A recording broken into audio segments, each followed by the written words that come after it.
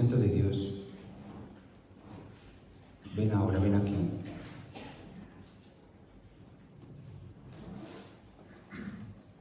Métenos en ti, absórbenos, abre el ojo de nuestro corazón para que podamos ver a Jesús.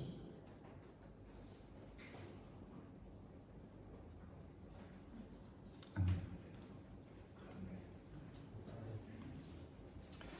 Antes de empezar con la pasión, con el episodio de la pasión, quiero decir unas palabras sobre un personaje que así aparece nombrado solo en San Juan, y es el Paráclito.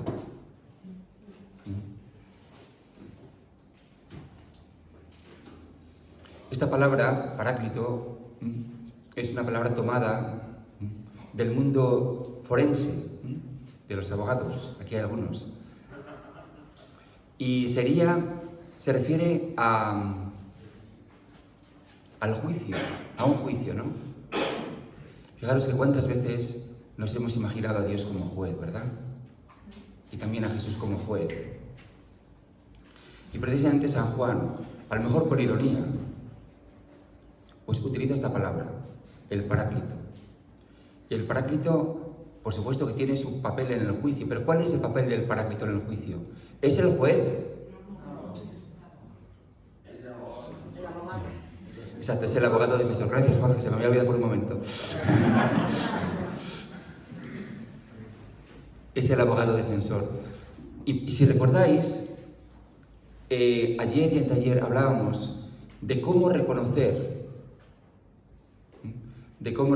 la voz del Espíritu Santo, ¿sí o no? Vale. Bueno, pues si tú descubres en tu cabecita, en tu corazón, la voz de un juez, ¿será ese el Paráclito? No. Aleluya. Si escuchas la voz de un acusador, ¿será ese el Paráclito? No. Entonces, ¿quién va a ser? Eso, el que te defiende, el que te guarda las espaldas, el que está a tu lado, el que va a dar la cara por ti. A mí me gustan mucho las series, ¿no?, de abogados. Y sí, de verdad me encantan. Y los abogados defensores, es que los pobres pues tienen que defender como sea, incluso al peor de los drogadictos, al peor de los criminales, y buscan maneras siempre de sacarles de una manera favorable. Qué cosa, ¿verdad? Y nos imaginamos a Dios como un ser hierático, imparcial, frío. Y sin embargo, aquí San Juan nos dice, el Espíritu Santo es el abogado defensor. Yo no sé qué cosa más bonita se puede decir. A veces las madres, ¿no?, pues lo sabemos bien, pues defienden a los hijos con uñas y dientes, ¿no? A pesar de que, bueno, pues no tengan razón, pero no les importa a las madres, ¿no?, defender a los hijos, porque el amor es incondicional. Pues así también se nos presenta este amor del Paráclito, ¿no? Y además, fijaros, en el libro del Apocalipsis, gracias, en el libro del Apocalipsis se dice el acusador de nuestros hermanos, el que los acusaba día y noche ante Dios. Y este acusador es el diablo. Es el diablo. Yo ayer hablaba también del superego, esa estructura interior, mental, que es un poco como la integración de todas las figuras de autoridad, que acusa también. Y también decíamos, ese no es el Espíritu de Dios. Esa conciencia no es el Espíritu Santo. Por eso, yo también esta mañana os decía que la esencia del universo... Voy a cogerlo, a ver si... Que la esencia del universo es el amor. Pero atención, no es un amor de abuelo chocho, que tampoco ayudaría a nada. Imaginaros, es el amor que osa y desafía. Imaginaros que tenéis un cáncer como yo, ¿no? Y vas al médico y el médico te dice, oye, aquí hay agua grave. Bueno, pues si el médico dice, pero yo tampoco quiero que pases mal rato, ¿eh? Porque al fin y al cabo, chico, pues no, yo no quiero hacerte pasar mal rato, entonces, bueno, pues tómate unas aspirinas, que se te irá pasando. ¿Creéis que eso es amor? Por eso, permanentemente también se nos dice en el Evangelio, ¿no?, que la luz juzga. Que la luz juzga, que la luz pone de manifiesto la negatividad. Que una buena máquina de diagnóstico, un buen TAC, debe sacar lo que no está funcionando, los tumores, las dificultades, los problemas. Bueno, pues el Espíritu Santo debe ser también eso, como una maravillosa máquina de TAC, que te metes y te sale todo. Y uno, antes de entrar en el TAC, tiene miedo a ver qué va a salir. Como decía mi madre, yo no quiero ir al médico porque siempre te sacan algo. ¿Verdad? Siempre te sacan algo, mejor no ir.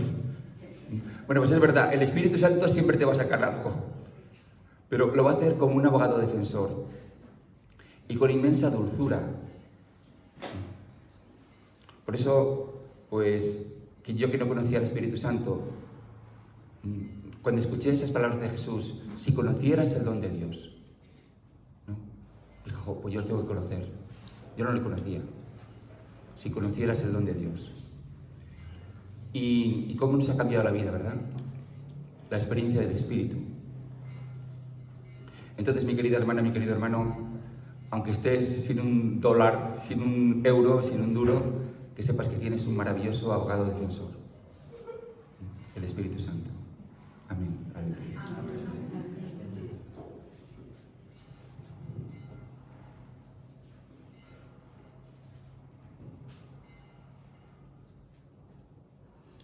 Bueno, pues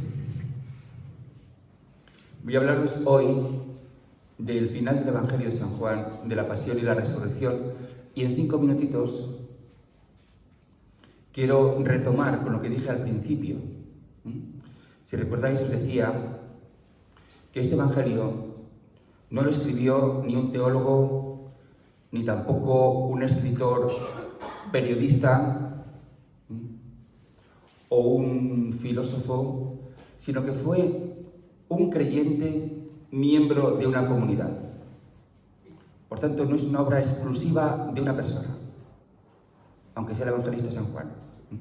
Es el fruto de una comunidad que, después de tener una experiencia absolutamente impresionante, la experiencia del Espíritu, porque lo que ellos llamaban el Espíritu Santo es Jesús vivificante, Jesús resucitado dando vida, eso es el Espíritu para ellos. Después de tener esa experiencia tan fuerte, que si recordáis os decía que era la liberación de las potencias del aire, ¿no?, de ese mundo siniestro, de espíritus que aterraban al hombre, liberación de la ley. Y también la experiencia de gozo, de paz, de bondad, de amor. Esa era la experiencia. Y esa experiencia, si recordáis, os decía que necesitaba ser interpretada. Porque si no se interpreta, se pierde. Necesitaban dar una explicación a quién es Jesús. ¿Quién es el que ha muerto en la cruz? ¿Por qué ha muerto? ¿Por qué Dios le permitió que muriera en la cruz? Todas esas preguntas, insisto, no tenían respuestas así fáciles.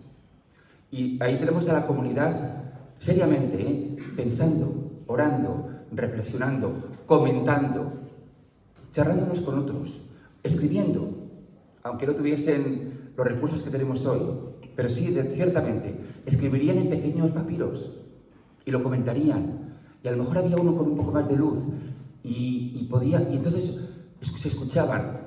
Créeme que fue así. La idea de que San Juan estaba tranquilito en su cueva, en una isla, aunque sea la isla de Patmos o la que sea, y entonces orando y el Espíritu Santo le iba diciendo y le iba escribiendo, es rotundamente falsa. Quiero insistir en este carácter tan intenso, tan fuerte, tan de sobrevivir, porque os decía que si no hacemos sentido de la realidad, te mueres. Entonces, esta comunidad cristiana tenía que hacer sentido de la realidad, de una realidad que para ellos era básica, vital, radical, definitiva. Y entonces también insisto que utilizan un género literario. Esto es muy importante. Posiblemente en la investigación bíblica de los últimos 200 años, por decirlo así, ¿no? Utilizar esta clave, este concepto es clave, género literario, que voy a decirlo de nuevo, quiere decir que yo cuando tengo un escrito delante de mí, tengo que saber a qué género literario pertenece. Por ejemplo, si leo El Quijote y se me narran allí cosas, es muy diferente que si leo la historia de España de no sé quién. Uno es un género novelístico, el otro es un género, digámoslo así, pues histórico. O si leo, por ejemplo, un libro de poesía, o si leo, por ejemplo, pues también es por el ejemplo de los periódicos, ¿no? No es lo mismo una carta al director que una editorial, que una noticia, ¿no? Entonces, el autor utiliza un género literario que se llama evangelio, parecido a lo que existía en el mundo griego de las vidas de héroes, más o menos eso, ¿no? En el Nuevo Testamento tenemos, aparte de los evangelios, los Hechos de los Apóstoles, que sería histórico, pero historia religiosa, cartas, y luego finalmente el libro del Apocalipsis, ¿no? Entonces, insisto, mediante este género literario del Evangelio, el autor quiere transmitir ¿qué? Dar una interpretación a la experiencia de Jesús, eso es. Dar una interpretación a la experiencia de Jesús que realmente cuando lo escuche la comunidad diga, eso es, lo has clavado.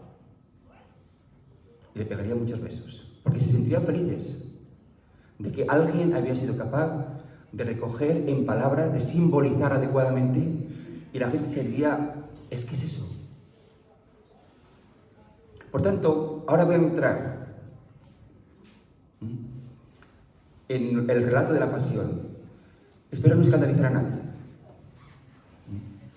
pero quisiera deciros que lo que aquí aparece no tiene nada que ver con que un periodista con el cámara estuvieron recogiendo todo lo que allí pasó y luego al final lo transcribieron y eso es lo que tenemos. No es así. Esto que aquí se nos dice no es el que algún discípulo, incluso el discípulo amado, como estaba muy cerca de Jesús y sabía muy bien taquigrafía, pues lo escribió todo, se dio prisa, lo pasó y nada. No, para nada. Es más bien reflexiones, interpretaciones de Jesús. Son estas reflexiones e interpretaciones sobre Jesús completamente diferentes, como alguno ha pensado, completamente diferentes de lo que Jesús en su vida dijo o hizo. La respuesta es que no. Ahí tiene que haber una continuidad, es decir, en los estudios de Cristología, pues al principio, sobre todo del siglo XX, ¿no? Se empezó a diferenciar, perdóname si voy a ser muy corto, el Jesús de la historia y el Cristo de la fe. Es decir, el Jesús de la historia es el Jesús empírico, el que digámoslo así, ¿no? El que un periodista o un cámara podía haber retratado, ¿no? Ese sería el Jesús de la historia. Y lo que él dijo y tal. Y luego está el Cristo de la fe, que es lo que han recogido los evangelios. Entonces algunos dijeron, lo único que vale es el Jesús de la historia, el Cristo de la fe es un cuento, es un sueño, es una fantasía. Y de hecho no podemos llegar nunca al Cristo de la historia, al Jesús de la historia. Pero para ti, para mí, este Cristo de la fe, que no está en discontinuidad, sino que hay continuidad con el Jesús de la historia, es lo que realmente cuenta. Es el Cristo real. ¿Por qué? Por lo que os decía antes. Porque este Cristo de la fe brota de una experiencia del Espíritu. Brota de un conocimiento de Jesús que no lo da la carne y la sangre, que no lo da un periodista, que no lo da una cámara. Es ver a Jesús por dentro. Es entender, lo veremos ahora, ¿no? La pasión de Jesús desde dentro, no desde fuera. Si hubiera habido una legión de cámaras y de periodistas, ¿no?, allí, cuando ocurrió esto, no se hubieran enterado de nada, os lo digo yo. No hubieran entendido nada. Hubieran filmado todo y registrado todo, pero únicamente la cáscara, el caparazón. No hubieran entrado en la profundidad. Y esa profundidad es lo que desaparece en los evangelios. ¿Me entendéis? Es muy fuerte. Por eso, ¿qué son los evangelios? Pues si tienes una nuez, no son la cáscara, es lo que se come. La cáscara sería lo que unos periodistas o fotógrafos pudieran grabar. Te quedas sin nada, te lo has perdido todo. Porque hace falta algo más que muy buenas cámaras y muy buenos micrófonos o grabadoras para saber lo que pasó ahí. Entonces,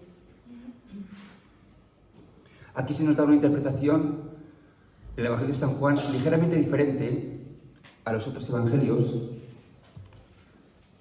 Y no sé si me estoy moviendo, Lucía. ¿Cómo? Que no sé si me estoy moviendo. Sí. Perdón.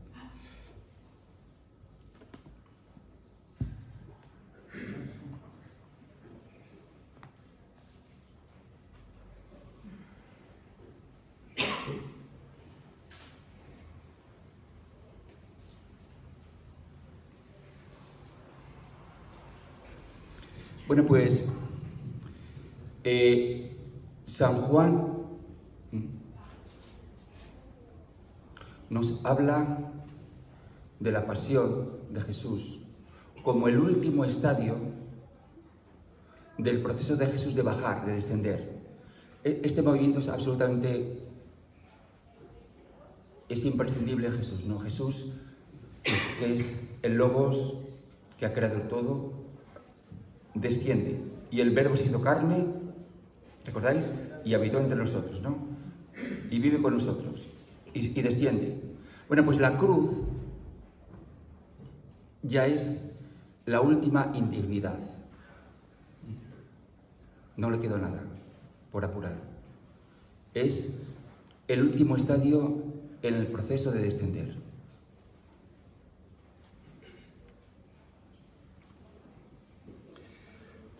Pero, insisto, este descenso no es ni por mala suerte, ni porque no tuvo cuidado.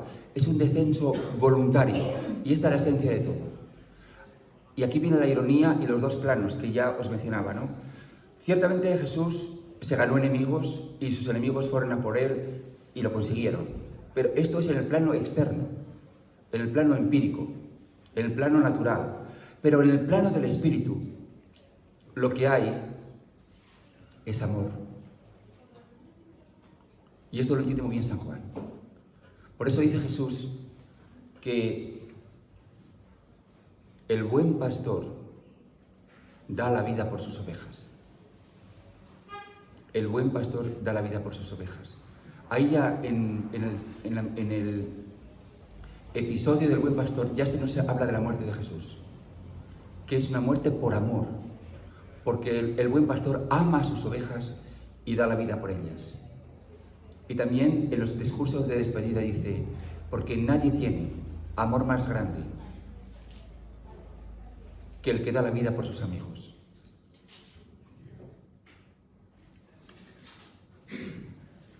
Y dice también, por su causa, dice Jesús, yo me consagro.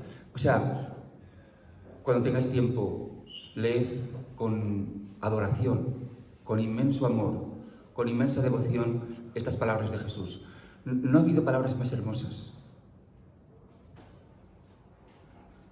de tanto amor, empezando por el lavatorio de los pies, decir, yo estoy contigo como el que te sirve. Por eso, si recordáis, esta mañana yo os hablaba de la gloria, ¿no? Y también, pues, el otro día dije que no deberíamos aceptar fácilmente, ¿no? pues que te digan que eres un pecador o que eres indigno. Porque eso pertenece a un nivel espiritual muy bajo. Sienta a Jesús a tu lado, ¿no? Con todo el cariño del mundo, que te lava los pies, es decir, que te cuida, que te quiere, que piensa en ti, que te protege, que te glorifica. Es decir, que te da valor, que te reconoce, que te aprecia. Porque si no me aprecia un amigo, entonces ¿para qué lo quiero? Y si Jesús no me glorifica, ¿para qué lo quiero? Dirás, pues para que yo le glorifico a Él, pero Él también me tiene que glorificar a mí. Y ciertamente, eso es lo que hace Jesús. Transmitir esa bondad, ese amor, su vida.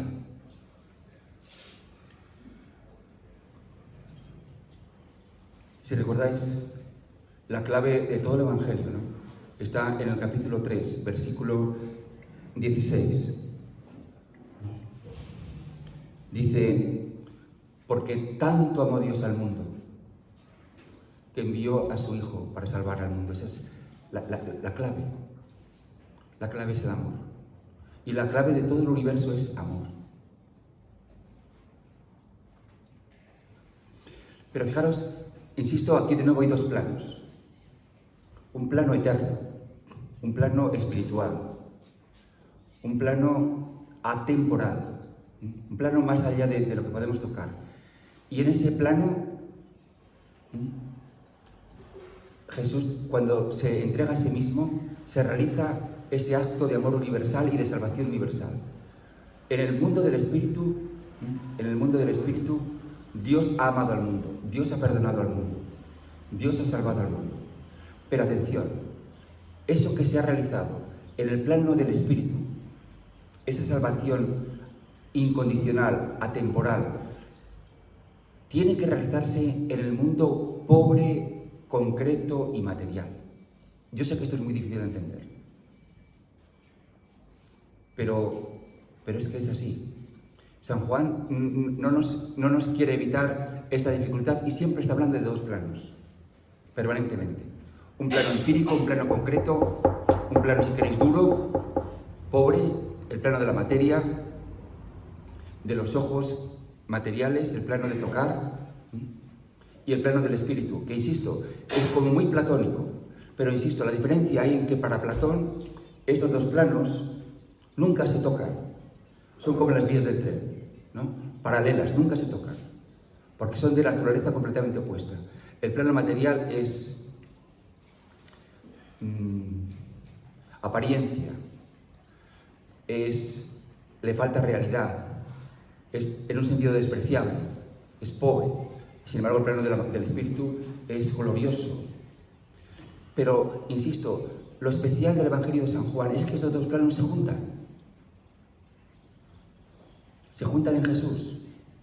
El plano del espíritu, el plano glorioso, y el plano de la materia. El verbo se hizo carne, esta es la esencia también del Evangelio. Y esta salvación que ya se ha realizado en el mundo del espíritu, y os comentaba esta mañana que en los discursos de despedida, antes de morir Jesús físicamente, San Juan ya nos le pone como glorioso, como triunfador.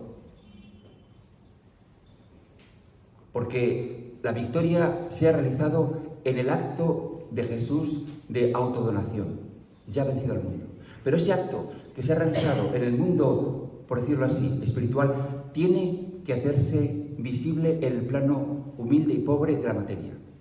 Y eso va a ser la crucifixión. O sea, ¿qué es la crucifixión? Por decirlo así, el reflejo de la victoria de Jesús en el plano espiritual. Sería válido decirlo así. Esto puede, no sé, insisto, a lo mejor os puede chocar mucho, pero es el mensaje que nos quiere transmitir San Juan. Todo a nivel muy profundo, profundísimo. Y ya veremos, ¿no?, que lo que se manifiesta en la cruz es una victoria.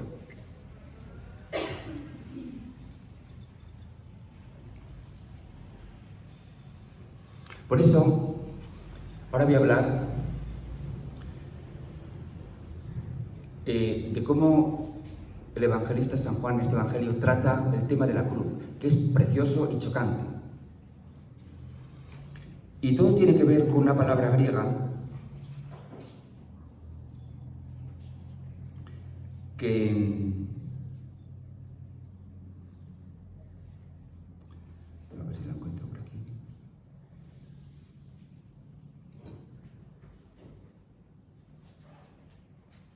Eso es. En griego se dice ipsocenai. Ipsocenai. Esta palabra ipsocenai significa dos cosas. Una, glorificar, elevar. Glorificar, elevar. Y también crucificar, porque es un acto de elevación. O sea, es una palabra muy equívoca. Glorificar y crucificar.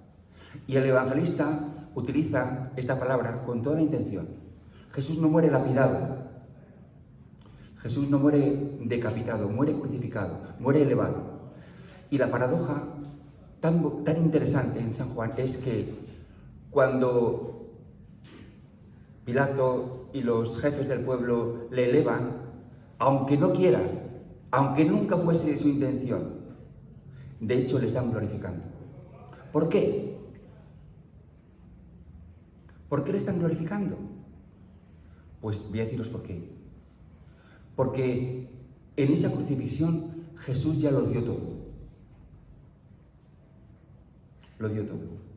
Imaginaos, por ejemplo, pues un violinista que va a un país y tiene que dar 20 conciertos, pongamos, ¿no? Y pongamos también que cada concierto se va superando. Y en lugar de cansarse, ¿no? Pues encuentra recursos para que cada concierto sea una superación del anterior. Y uno piensa, es que no puede seguir así, es que va cada día mejor. Pero se va superando, de hecho. Y en el último concierto lo da todo y pongamos, pues que se agota. Pero ese agotamiento no es una derrota, es una victoria porque es que lo ha dado todo. Eso es la muerte de Jesús. ¿Por qué es lo darlo todo? Porque es que no se puede amar más. Porque no se puede amar más. Porque aunque iban a por él, y aunque querían destruirle, y aunque querían humillarle, y aunque querían que se doblara, no lo consiguieron.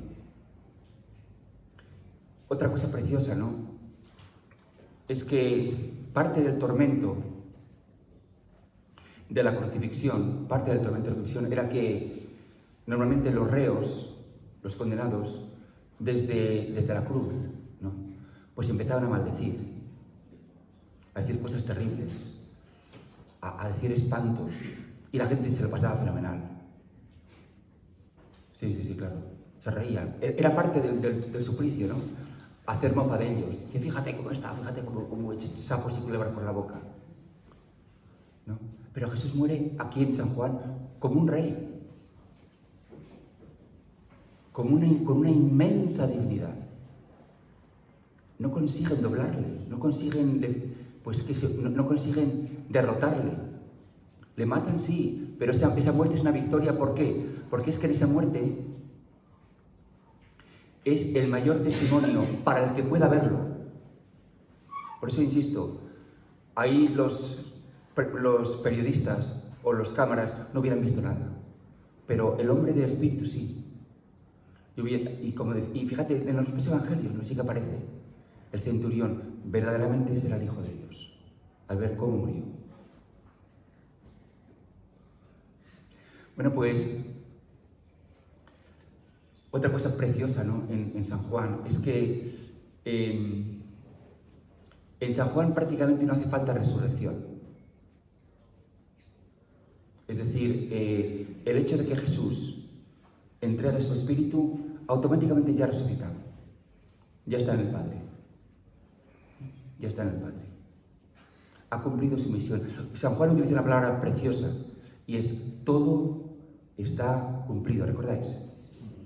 Todo está cumplido. Esta palabra griega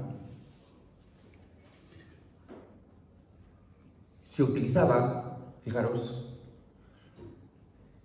en relación a los ritos de inicio. Me voy para allá, no sé por qué. Pues digo que esta palabra griega se utilizaba en relación a los ritos de iniciación. Estos ritos de iniciación, vamos a decirlo así, con el debido respeto y la debida salvedad. Imaginaros unas catequesis del seminario de iniciación o de vida al Espíritu, que en lugar de durar 7 semanas, pues durase, qué sé yo, a lo mejor 7 años, pongamos, con muchos obstáculos y con muchas dificultades y con muchas purificaciones. Y al final de todo se cumple. Y al cumplirse, el iniciado ya ha llegado a la iluminación, ¿no? Es decir, al final se cumple. El iniciado lo ha cumplido. Bueno, pues ese se cumple la misma palabra que utiliza Jesús. Es decir, se han dado ya las condiciones para que la humanidad sea salvada. Eso lo quiere decir. El trabajo de salvar a la humanidad ya está hecho. Es precioso. Jesús, en plena consciencia de sí mismo y habiéndolo dado todo, pues es algo así como que cuando tienes que hacer, pues eso, un curso, ¿no? Y tienes 20 exámenes, o 15, o 10, da igual. Y cada examen, pues es un reto, es un obstáculo, ¿no? Y cuando llega el último y ya firmas, qué a gusto, se ha cumplido todo. Pues es lo que te explica, es algo así a lo que dice Jesús en la cruz, ¿no? Ya está hecho todo el trabajo.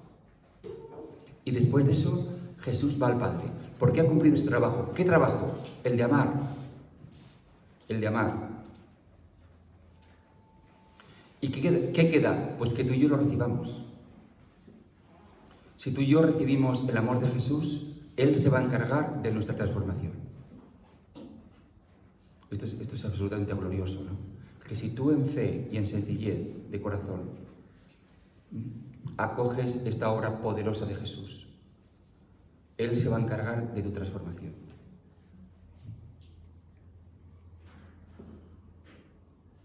Y por eso va a enviar el Espíritu, ¿no? Yo por eso siempre me gusta tanto hablar de la diferencia entre salvación y transformación.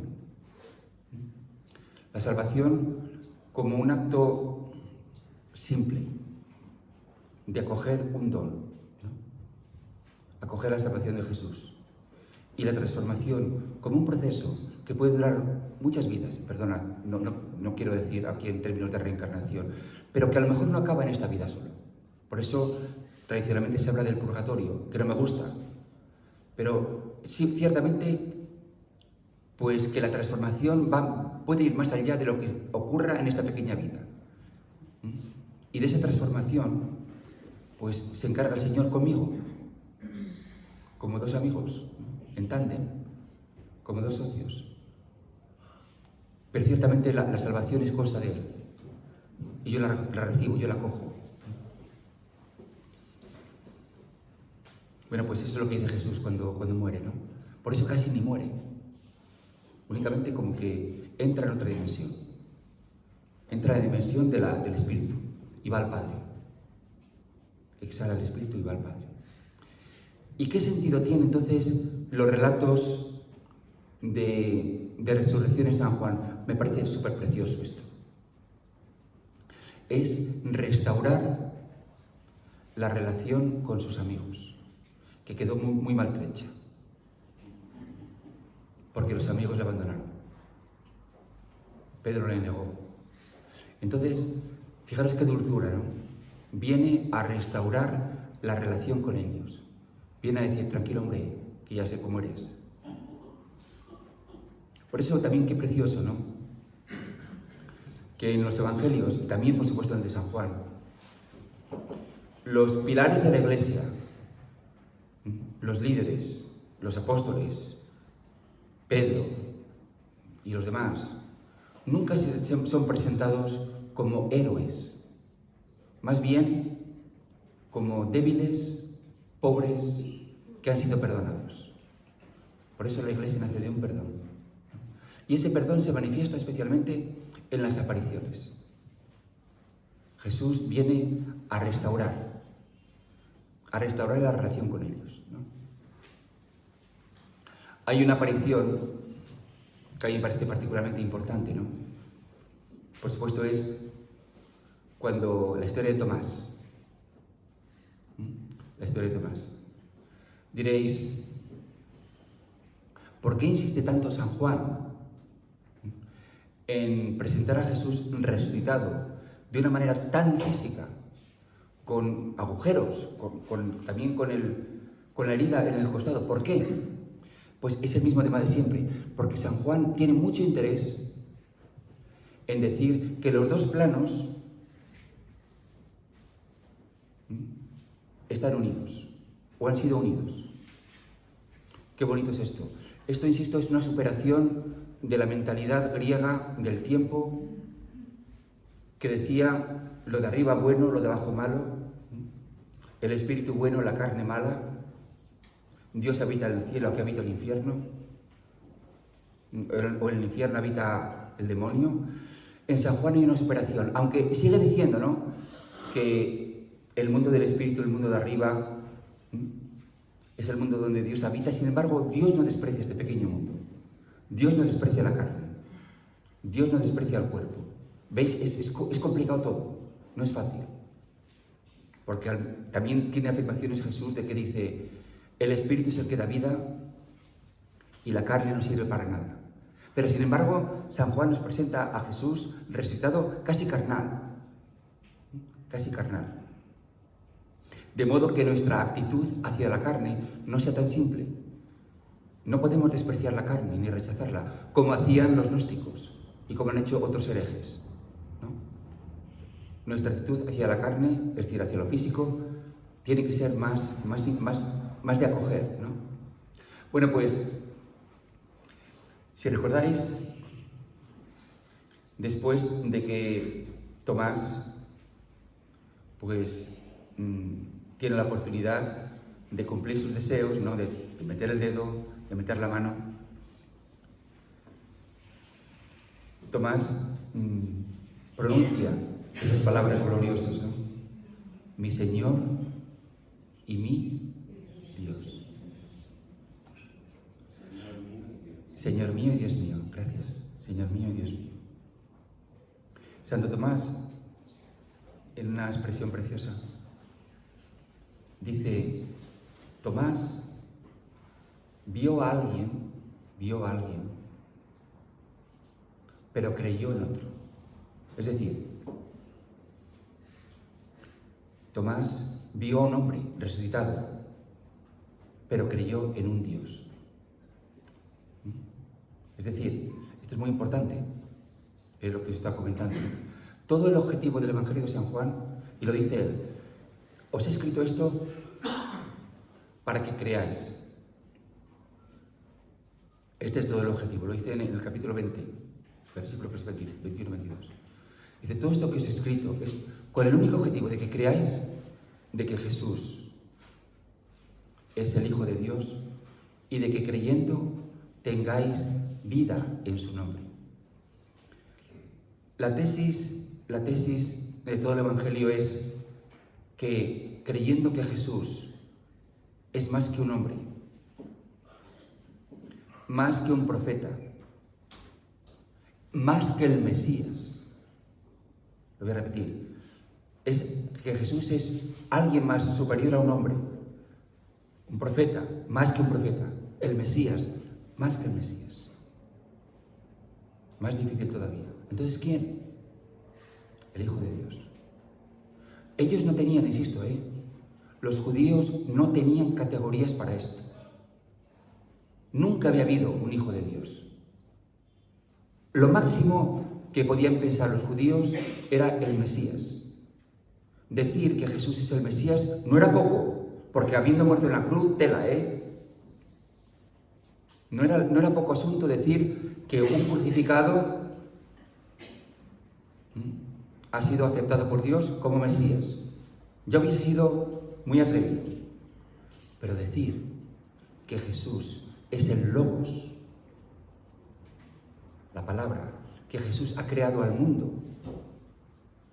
que todo ha sido hecho por Él, que en Él tenemos vida, que en Él tenemos acceso al Padre. O sea, ¿Qué más se puede decir? Pero al mismo tiempo, que este Jesús no es un segundo Dios, que no está lleno de orgullo como Satanás, que es humilde, que lava los pies. O sea, fijaros, es que no puede haber más gloria ni más pequeñez. Jesús, la palabra, todo está hecho por Él, que lava los pies. Pero yo me pregunto, pero Dios mío, ¿cómo pudieron pensar esta gente eso? ¿Cómo les pudo caber en la cabeza? Decimos la inspiración del Espíritu, pues claro que sí, es que si no es imposible. Lo mayor se convierte en lo menor. No se puede pensar más de un hombre. El que crea el mundo, el que lo redime. ¿Y cómo esta gente podría aceptar que este Dios, que crea el mundo, muera en una cruz? No sé si me explico.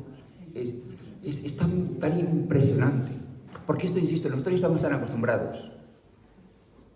Tenemos 2000 años de historia cristiana, pero para esta pobre gentita, machacados, perseguidos, acosados, estas primeras comunidades que las deberíamos querer muchísimo más,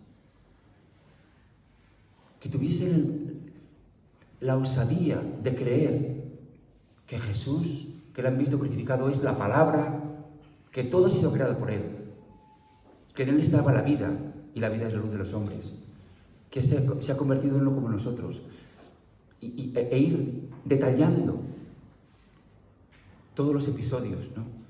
Hasta que al final dice, mira, yo he venido para que tengáis vida y la tengáis en abundancia. Bueno, pues, ¿qué voy a deciros? Quiero daros las gracias porque para mí ha sido una bendición el poder leer con calma y con mucho cariño, ¿no?, este Evangelio. Apenas mis palabras han sido una introducción, ¿no?, pero que quedan con vosotros. Y la conclusión es, no tengáis miedo, yo he vencido al mundo. Yo os he amado. Permaneced en mí. Si permaneceréis en mí, daréis fruto. Que en Él lo tenemos todo. Que la muerte no existe. Tú no vas a morir. Te vas a dormir como María. Vas a dormir. Ya está. Como te duermes todos los días. Y que realmente perteneces a otro mundo. Que estás aquí de paso. Que debes, por supuesto, que es tu obligación, es tu misión, amar profundamente a este mundo pobre, a este mundo tan complicado, tan desagradable a veces. Que Dios lo ama. Y que tu vida pues sea un canto de gozo y de gratitud a Jesús nuestro Señor. Gloria al Señor.